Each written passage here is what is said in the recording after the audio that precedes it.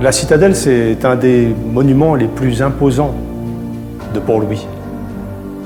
Déjà entièrement en roche basaltique, parce que toute cette citadelle, finalement, à l'origine, c'était de la lave.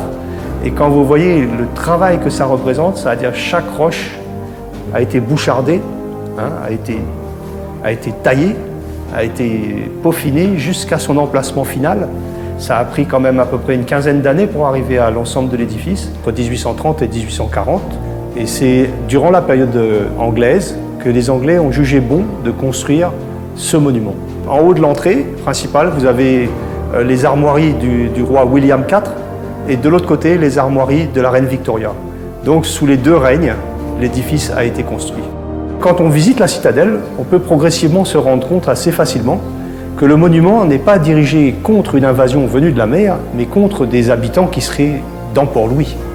Les canons que vous verrez sur la citadelle, par exemple, sont plutôt dirigés vers l'arrière du bâtiment, par exemple, assez curieusement, vers les montagnes, et non pas vers la mer.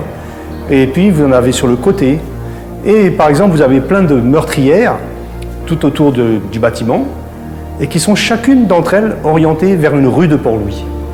Les Anglais se sont dit, pour contrôler l'île et être sûr que l'île ne va pas rebasculer côté français, et ils avaient une alternative, c'était de construire une citadelle, un monument imprenable, dans laquelle on aurait mis une seule garnison, d'environ, disons, 200 hommes maximum, et qui aurait suffi à pouvoir contrôler l'ensemble du pays, parce qu'elle se trouvait justement imprenable. Tout était conçu dans cette citadelle pour qu'elle ne soit pas prenable. Vous verrez sur la citadelle que dans l'ensemble de l'édifice, tout est calculé pour récolter l'eau de pluie, et pour l'amener dans des réservoirs spécifiques. Au cas où il y aurait eu un siège, tout simplement un siège de la citadelle, la citadelle, même dans ce cas-là, aurait pu tenir très longtemps jusqu'à l'arrivée de renforts anglais.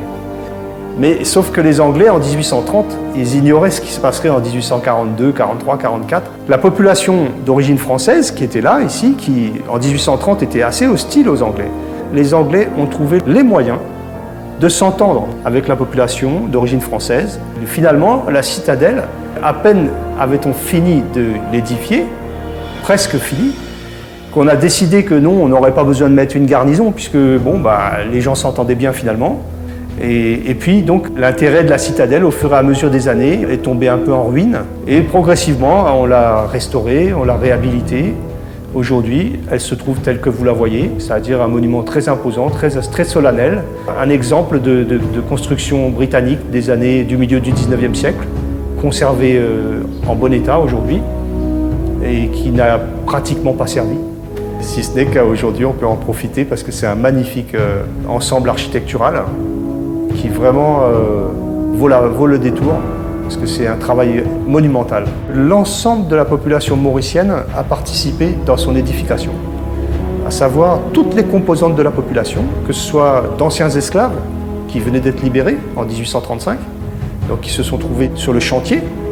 Vous avez des repris de justice aussi, des gens qui étaient condamnés en justice, qui ont servi sur le chantier.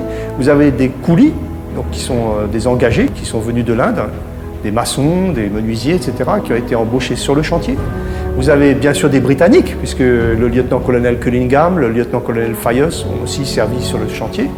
Vous avez des entrepreneurs d'origine française, vous avez enfin absolument toute la population a œuvré sur la citadelle. C'est donc un monument très important parce qu'il nous rassemble quelque part, nous Mauriciens. Il nous dit, voilà, quand on a été tous ensemble, on a été quand même capable de faire un édifice pareil. Aujourd'hui, quand même, il mérite le détour et il mérite d'être admiré surtout.